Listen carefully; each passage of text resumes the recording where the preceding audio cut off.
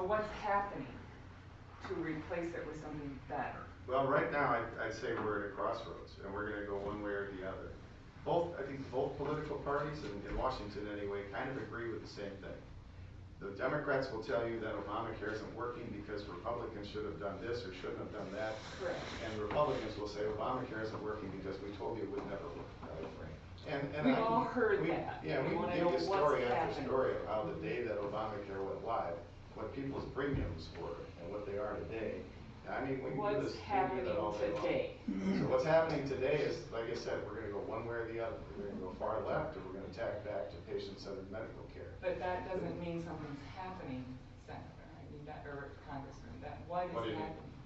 Well, ma'am, I mean, the Republicans had a bill last year to basically send a lot of the authority back to the states, and that was shot down. A year ago. Senator McCain, he voted no, and he stopped the whole process, and that's where they were. They wanted to take most of the authority sent back to the states. I mean, I've represented, ran in the Obamacare area against Congressman Walz a couple of times, and then once on my own against another guy, and all the times I said, Minnesota didn't need this. They didn't need the changes. We had 90+% covered with insurance. We had a pool for people with pre-existing expensive medical needs that was working very, very good, right? I mean, we didn't have, in Minnesota, it was kind of a model for the nation, but Obamacare came and blew that up, and we've seen these premium increases and all that. So what the Democrats have offered is a concept of Medicare for all, or single payer, or public, whatever you want to call it, some sort of universal deal where the government reimburses the hospitals and doctors for care, and there's even more federal regulations and things of that nature.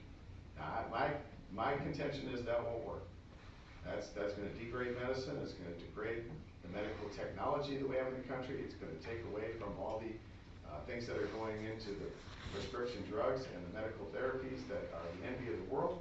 I know they're very expensive, but 95% of what goes on in medicine in the world starts in the United States. It's created and invented here because of our ingenuity and everything else, our system of free enterprise, and the wonders and technologies. So that was but what's going to happen is with 50 cents on reimbursement on the dollar, which is what the government kind of reimburses, you're going to have a model like the Mayo Clinic model, the rural hospital model won't be sustained. And that's going to have a devastating impact on our economies, particularly in this district over in the Rochester area. It'll bring the progress to a halt, and most people, I think, agree with me on that. At least over there, you talk to them and say, "How's this going to work?" And they're like, "No, it doesn't work." So where I want to go is transparency and cost and competition, and send most of the responsibilities back to the states, so they can deal with it in their own states, and then we can have all sorts of ideas, concepts, high-risk pools for people with pre-existing conditions, so the insurance companies insure people up to a certain point, but when they hit a certain point, then they get taken over and put in the high-risk pool. That can be paid for by the insurance companies, backed up by the government, just like it was in Minnesota, and that way the premiums for everyone else can drop down.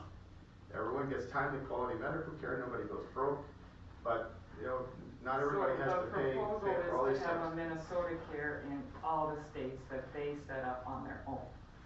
I'm sorry, I missed that. You're sending it back to the states to decide what to do. And perhaps we would not have a national model for healthcare for what to me. It would be, again, administered mostly by the states, like we did in Minnesota when we had a plan that worked pretty good. But what we have now is a system where 5% of the patients consume 50% of the cost. We want to make sure that the 5% who have expensive medical needs are cared for, given timely quality medical care.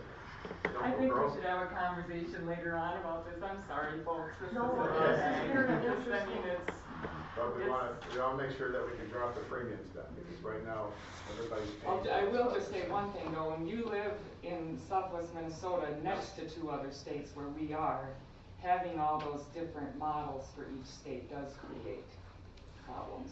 The problem you had is that the Obamacare created different models because how the premiums were determined for each individual Minnesota area. Care patients, though, I mean, when we were on Minnesota Care, when it functioned as it was supposed to, the traveling across the borders for care was problematic.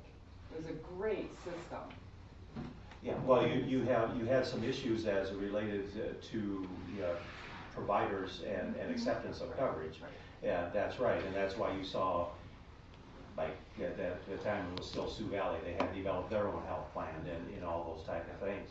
But what you also saw is that through that entire process, you look at it in Minnesota, our premiums, we were in the top of some of the highest premiums created by Obamacare because of how they factored all those issues out.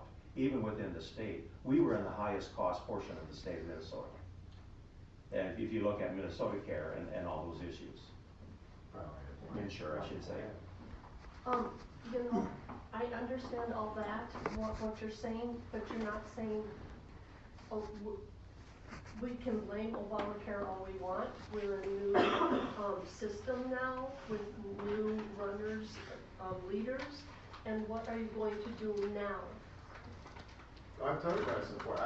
I support competition across state lines. Let them sell insurance all across the Well, country. is that in the works? What's that? Is that in the works? Because there are. Ma'am, the Republicans don't control the floor of the House. We can't bring these bills to the House floor.